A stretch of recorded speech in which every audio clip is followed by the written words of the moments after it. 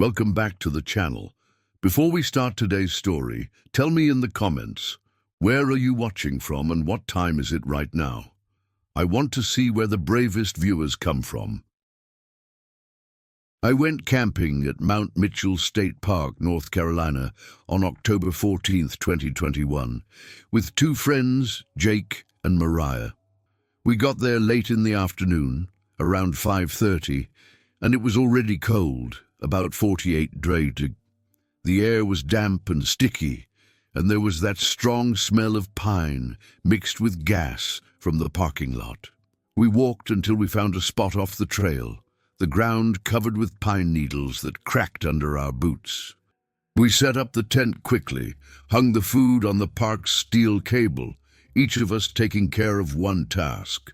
Jake tested the flashlights, Mariah fixed the sleeping bags, and I made coffee on the stove. It felt like routine, but something was wrong. The silence. No crickets, no birds, only short gusts of wind that stopped suddenly, like someone holding their breath. I didn't want to say anything, but from the moment we got there, I felt like we were being watched. Night came fast. We had instant noodles on the stove and stayed listening to the wind moving through the trees. Around 8, I heard steps behind the tent. It wasn't a branch falling. It wasn't an animal running. It sounded like someone walking slowly, pressing the ground carefully. I spoke out loud, trying to scare it away, thinking it could be a deer. Jake laughed, said it was nothing, but Mariah grabbed the flashlight and swept the dark. We didn't see anything, just wet trunks and fog rising from the trail. Even so, I could smell damp earth, like the ground had just been disturbed. My old NOAA radio that I always bring turned on by itself, full of static for a few seconds, then stopped. I wrote down the time. It was 7:47 p.m. Right after that, the smoke from our fire began twisting sideways, like something invisible was blocking it. It was past 10 when the steps came back, this time moving around the tent, slow, steady, circling us, 1, 2, 3 times. I counted 8 full laps in less than half an hour. It wasn't random noise. I could feel the weight pressing on the dry leaves. What made me nervous was that every time I held my breath, the sound stopped, like it was waiting. Mariah whispered that she wanted to sleep in the car, but Jake said it was probably just a curious animal. I tried to believe him, but the wind stayed the same, and the tent wall shook lightly, as if touched. At one point, I turned the flashlight on from inside and saw my own shadow stretch in a strange way, like there was another surface right behind the fabric. The radio hissed again, and I swear I heard a breath close to the microphone, like someone testing it. Close to 11, I decided to go outside. Now I know it was a mistake, but at the time it felt like the right move. I unzipped the tent just enough to crawl out, keeping the heat in, and held the flashlight low. The air outside was colder than before and smelled of wet dirt, even though it hadn't rained. I walked a few steps and found a small pile of wet stones balanced neatly on a fallen trunk, like someone had just placed them there. I didn't hear any animal running away. I did hear one more step right behind me, matching my pace. Jake came out a moment later and Mariah followed with her phone recording. We stood side by side, sweeping the dark with our lights, and saw on the ground near the tent a clean circle in the pine needles, as if something round had been pressed there and removed slowly. We were only a few steps from the tent when the fabric pressed inward, like a face pushing from the inside, even though all 3 of us were outside. It sank once, then again harder. I heard a wet breath close to my ear, short, like someone smelling a glass before drinking. Jake froze with his flashlight stuck on the same spot. The zipper moved down an inch by itself, paused, then slid back up, like a weak hand had pulled it. Mariah was shaking, holding her phone. On the muddy patch near the tent, I saw two deep oval marks appear, as if something heavy had stepped without leaving a body. Not animal tracks, not boots, just indentations that formed and faded. The air turned freezing cold with the smell of open freezer. Inside the tent, the radio turned on by itself. We ran straight to the car without looking back. The driver's window was fogged on the inside, and in the middle were two clear ovals, exactly at face height. I jumped in, turned the key, hands shaking on the wheel. The NOAA radio was still reporting a cold front, but under it I heard a dragging noise, like someone trying to copy our breathing. Mariah cried quietly. Jake kept saying to drive, but I was afraid of hitting something on the narrow road. We waited until daylight. When we went back to pack up, the tent was surrounded by 3 shallow circles in the pine needles, lined up toward the trail. Inside the tent, the fabric had oval shapes on the wall, like condensation pressed by something without fingers. In my notebook, on the page with my notes, there was a perfect water ring, the size of a mug, but I never brought one inside. Next day in Asheville, I washed the gear in my parents' backyard. When I opened the tent bag, I found black dirt stuck in the seams and one short blonde hair that wasn't ours. Later, Mariah sent me an audio file saved on her phone with timestamp 12:07 a.m. from that night. At first you can hear my voice asking for silence, then Jake's breathing in 2 beats and another breathing in 3 beats, moving closer and farther from the microphone. No steps, no voice, just that strange rhythm. At the end of the audio, there's a sound like tent fabric being pulled slowly, but we were outside at that time. Until today, whenever I open the trunk of my car, it doesn't smell like gas or wet fabric. It's the same smell from that night on Mount Mitchell. Cold air, pine resin, and something worn out, like air that had passed through lungs that weren't ours. My name is Ethan. In July 2019, I rented a simple room in an old guest house in Spruce Pine, North Carolina, right in the Appalachian Mountains. It was a big house turned into a cheap place to stay, with a wooden porch that creaked under every step. I got there late in the afternoon. It was hot, about 80 degrees, and the air was heavy with the smell of old timber. The owner handed me the key quickly, like she was in a rush. My room was on the 2nd floor, with an iron bed, worn carpet, and a tall window with thick curtains covering almost the whole wall. I just wanted to rest after the drive, so I took a quick shower and lay down with my phone. When the street noise faded, the house turned too quiet, almost heavy, like it was breathing along with me. I didn't say anything to anyone, but I felt something was off from the start. I had just turned off the light and settled into bed when I heard 3 knocks on the window, sharp, spaced out, like someone tapping with fingertips. At first, I thought it was a tree branch, but the window was on the 2nd floor, with nothing nearby that could reach it. I stayed still, listening. A few minutes later, there were 2 more knocks, louder this time. I got up, pulled the curtain quickly, and saw the street below, empty, lit by a weak lamppost. The window frame was cold to the touch, even though the room was warm. I tried to laugh it off, thinking maybe it was the wind, but the air outside was completely still.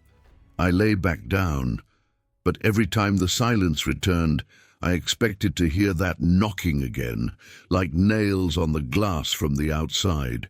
Around 2 in the morning, I woke up to a clearer sound, like a hand dragging slowly across the glass. A faint squeak, but I could tell it was outside the window. I lay there staring at the ceiling, afraid to move, and every couple of minutes it came back, the same slow motion like it was deliberate. When I finally pulled the curtain fast, nothing was there.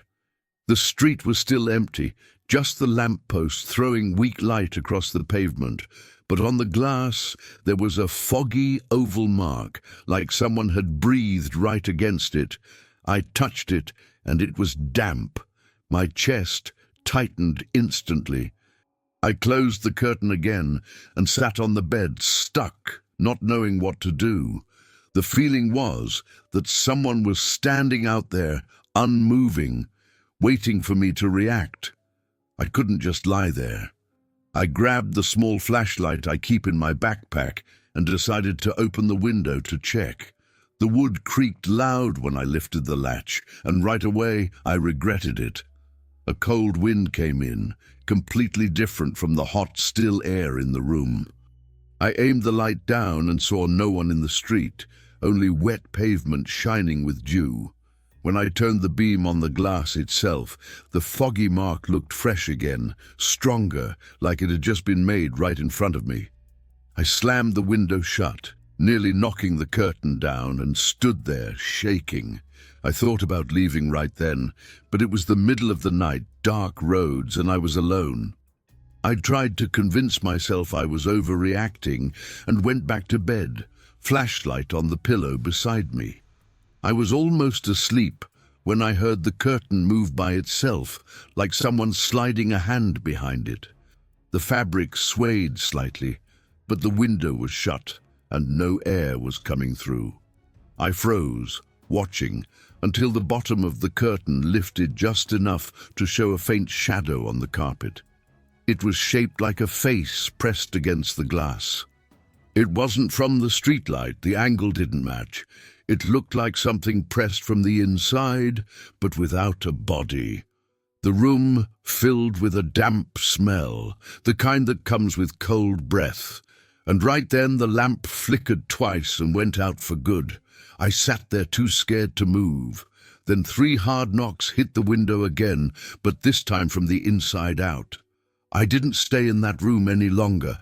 I stuffed everything in my backpack and ran down the stairs.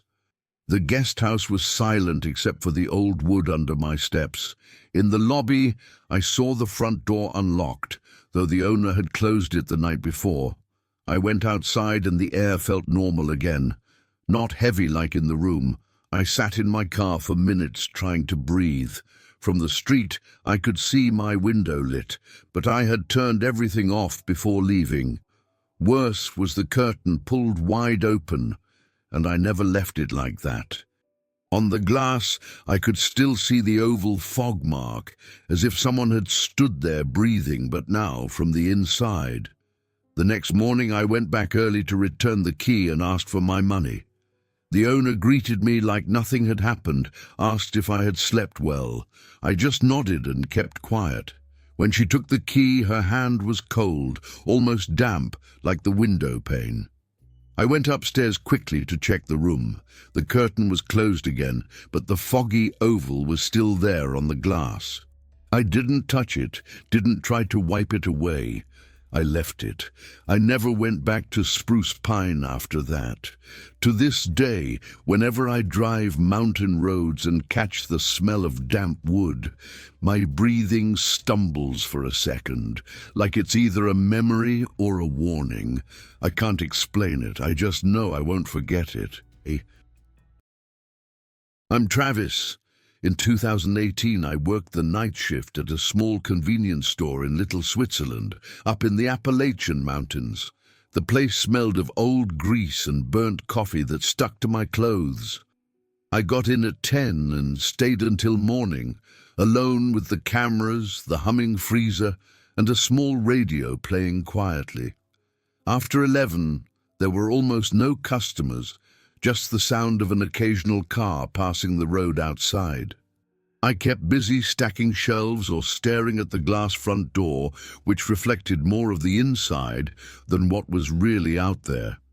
It was routine, boring, but safe. At least that's what I thought, until one night the silence outside turned heavy, like someone was standing still just beyond the glass. It was around 11:30 when I heard the first knock on the glass door, one single tap, sharp and quick, like a knuckle against the surface. I looked straight at the monitor showing the entrance, and it was empty. The street outside was dead quiet. A moment later came 3 more knocks, louder this time, and still the camera showed nothing. I walked over, pressed my hand against the glass, and it was freezing cold compared to the warm air inside. I flipped on the outside light, but the parking lot was empty. When I got back to the counter, the coffee machine popped loudly, turning on by itself. And at that exact moment there was another knock, not from the door, but from the back wall of the store, where there was no entrance at all. I went to check the back, thinking maybe some animal had gotten into the trash, but there was nothing. Just the narrow alley and the smell of oil coming from the compressor. The strange part was that when I opened the back door, the sound stopped, and as soon as I closed it, the noise came back, louder, like it was inside the wall itself. I went back to the counter and stared at the monitors again. Front empty, alley empty, nothing moving. Then the sound changed. It wasn't knocking anymore. It was like a palm dragging across the glass, slow and deliberate, repeating over and over, 4 or 5 times in the exact same rhythm.